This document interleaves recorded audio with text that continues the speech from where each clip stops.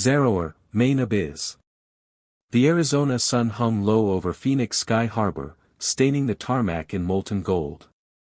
For most, it was just another hot morning. But for Sam Carter, every day was a silent battle, a fight against mounting hospital bills, exhaustion, and a heart weighed down by dreams too long deferred. His fingers, raw and cracked, gripped the spanner tighter as he slid beneath the grounded Falcon 900 jet. The hiss of leaking fuel whispered danger. Sam's brow furrowed, but his mind wasn't on the machinery, it was on Mia. Mia Carter, his little sister, the girl who once danced barefoot on kitchen floors, who sang out of tune but laughed like sunshine. After their parents died, Sam promised he'd protect her at any cost.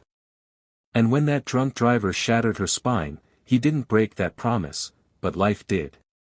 3 years. 3 years of triple shifts. Of sleeping in his garage. Of saying no to friendships, to rest, to dreams, all so Mia could breathe easy for one more day. He exhaled sharply and twisted the final bolt. Done, he muttered to himself. That's when he heard the heels. Sharp, deliberate clicks echoed across the tarmac, slicing through the engine's hum. When Sam slid out from under the jet, he didn't expect her. Elena Sinclair. CEO of Sinclair Aeronautics. Billionaire. Innovator. And as the tabloids screamed, untouchable. But tabloids didn't tell the full story.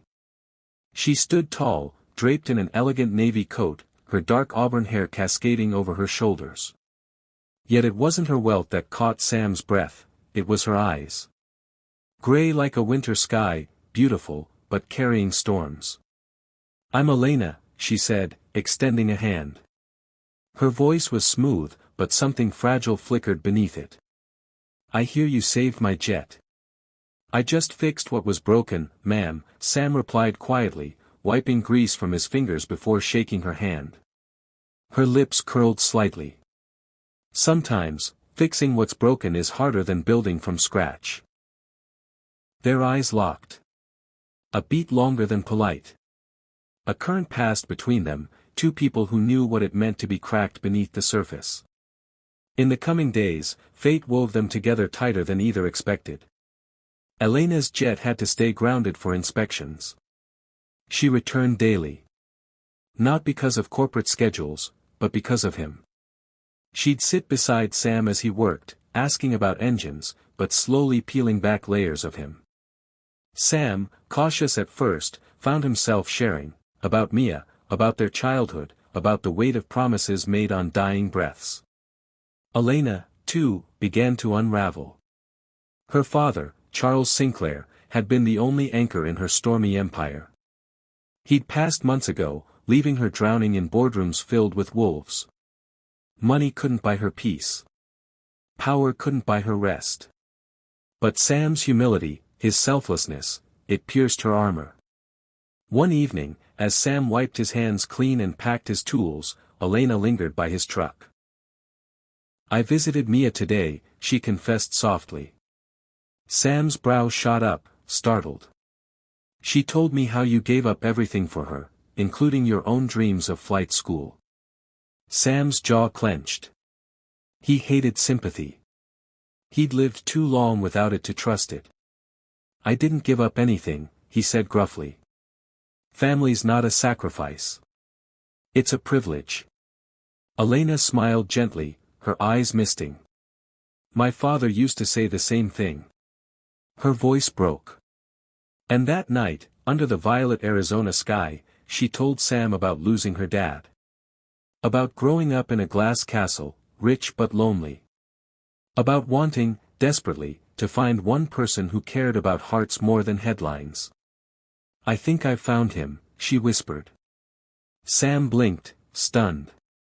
What Sam didn't know was that after that night, Elena quietly ordered her team to clear every cent of Mia's hospital debt. Weeks later, when the hospital administrator tearfully told Sam, he fell to his knees, hands shaking. He went straight to Elena. Why? His voice cracked with disbelief.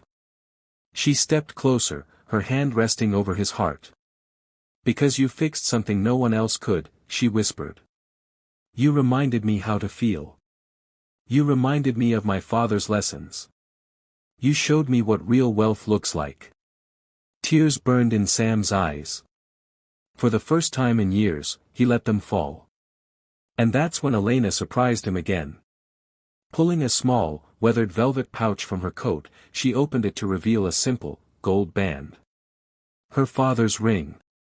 He gave it to me before he passed, she said softly. He told me to give it to the man who made me feel safe, seen, loved. Her hand trembled as she held it toward Sam. Will you marry me, Sam Carter? Not because you fixed my jet. But because you repaired me. 6 months later. Under the orange blossoms of a small chapel outside Sedona, Sam stood in a navy suit. Mia, now stronger and vibrant from months of expert care, rolled down the aisle with joyful tears. Elena, radiant in a simple ivory dress, approached, no bodyguards, no media, no fortune in sight. Just her, barefoot on desert soil, heart wide open. As Sam took her hands, his voice broke. I thought I was the mechanic, he whispered. Turns out, you fixed me first. Elena smiled, her gray eyes shimmering. Sometimes, the most broken pieces fit together perfectly. They kissed, and the desert wind carried their promises into the endless sky. In a world obsessed with wealth, status, and power, it's the unseen hands of kindness, sacrifice, and love that quietly build the strongest bridges. Sometimes, fixing a machine changes a moment. But fixing a heart, that changes forever.